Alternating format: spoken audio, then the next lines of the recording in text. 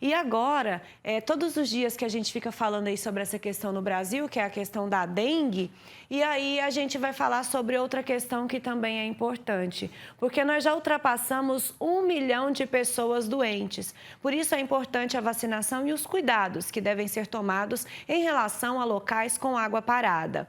E diagnosticar a doença também é importante para o tratamento e para identificar os pacientes de risco. Mas você sabia que isso pode se tornar um desafio à medida que existem outras duas doenças transmitidas pelo mesmo mosquito? É a chikungunya e a dengue e a zika. E aí, para falar sobre esse assunto, sobre esse diferencial, nós vamos conversar com Edmilson Migovski, doutor em medicina na área de concentração de doenças infecciosas e parasitárias pela Universidade Federal do Rio de Janeiro. Bom dia e bem-vindo ao Brasil Hoje. Bom dia, Daiane. Bom dia, telespectadores. É um prazer falar com vocês. A gente até acaba confundindo aqui, é dengue, é zika, é chikungunya, é uma bagunça. Como que a gente sabe reconhecer a diferença de cada uma delas?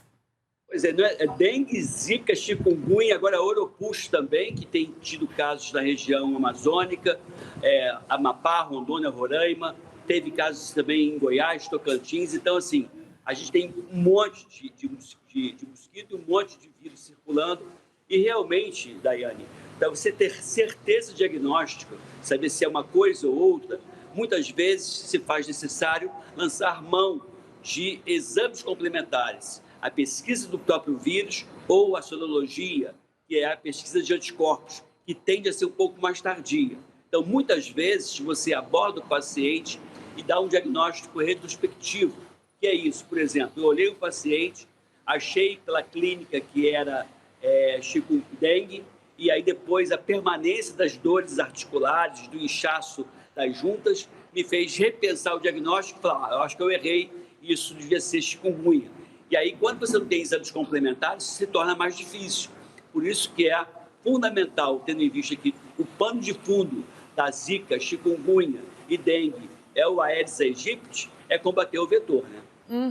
Mas que hora que é a hora certa de procurar um posto de saúde? Eu estou ali passando mal, que hora que eu preciso realmente procurar para identificar? Daiane, eu acho que no início dos sinais e sintomas, você deve procurar o posto de saúde para saber se é gripe, se é chikungunya, se é dengue.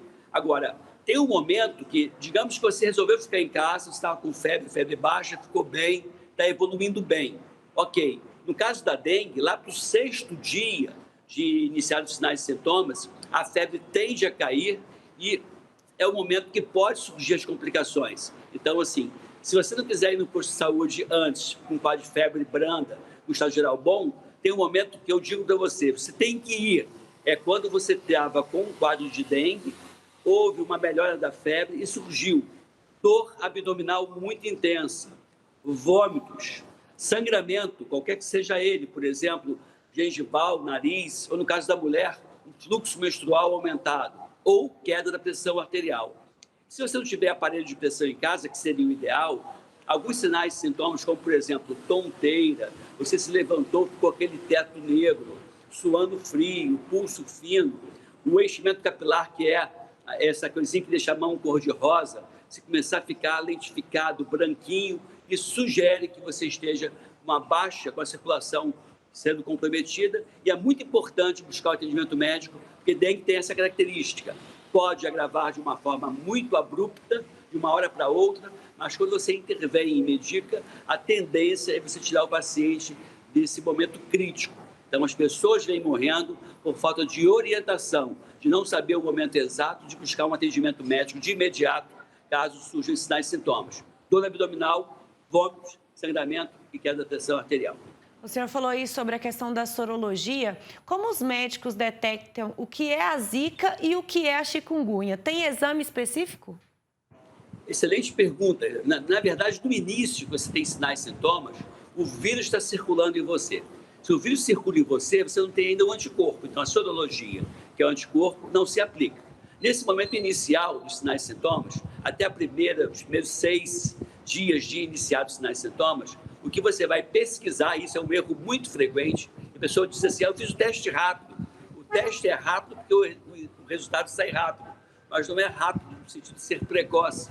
Se você pedir uma sorologia no segundo dia de dengue, virá negativa, porque ainda não deu tempo de você formar anticorpos. Então, em resumo, na fase inicial da enfermidade, eu peço a pesquisa do vírus, que a gente pede, a pesquisa do antígeno, tem teste para isso também.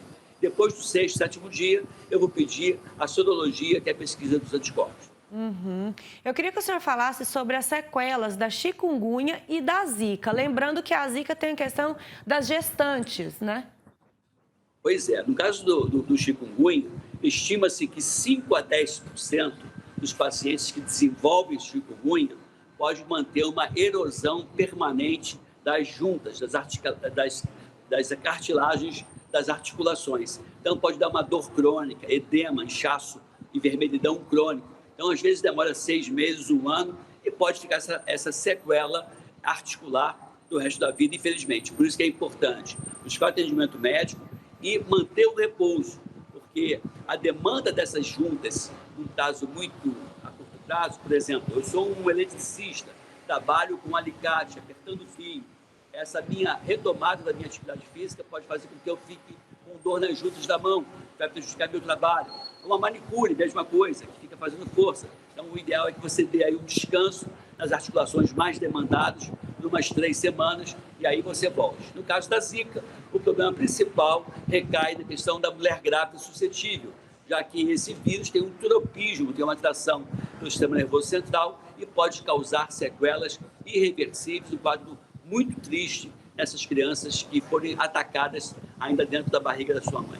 Mas toda mulher grávida, o nenê nasce assim ou não?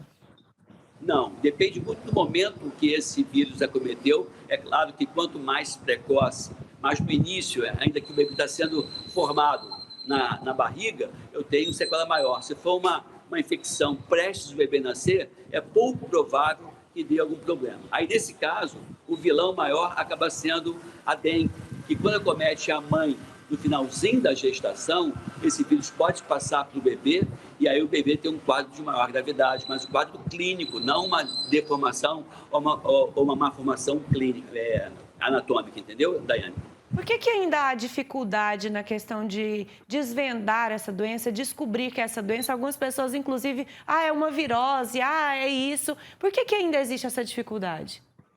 Eu até fiz um vídeo sobre isso no meu canal, que eu acho que assim, alguém tem interesse nisso, né? Não é possível que 40 anos de retomada da dengue e ninguém traga uma solução interessante. O problema é que a gente sempre foca na saúde, quando, na verdade, o problema estoura na saúde, mas é um problema de saneamento básico, de crescimento urbano desordenado, da não coleta regular de lixo, do não fornecimento regular de água, então, da não educação dessa população. Então, quando essas coisas falham, vai cair no colo da saúde os casos de dengue, zika e chikungunya. Então, enquanto a gente pensar com a cabeça de médico e não com a cabeça de engenheiro, administrador, educador, de pessoas que pensam na população como um todo, a gente vai ficar contabilizando dor, sofrimento, sequelas, internações e mortes que seriam evitadas se cada um fizesse sua parte, principalmente o poder público. Só para deixar explicadinho aqui, a zika e a chikungunya, elas têm aquela questão dos sorotipos, igual tem a dengue, aqueles 4 ali, ou é diferente? Graças a Deus, não. Né? Graças a Deus, você pode ter até alguma diferença entre eles, mas se você contraiu chikungunya uma vez, a princípio, a verdade hoje é que você não contraria mais chikungunya. Se teve zika uma vez, a verdade hoje é que você não tem de novo.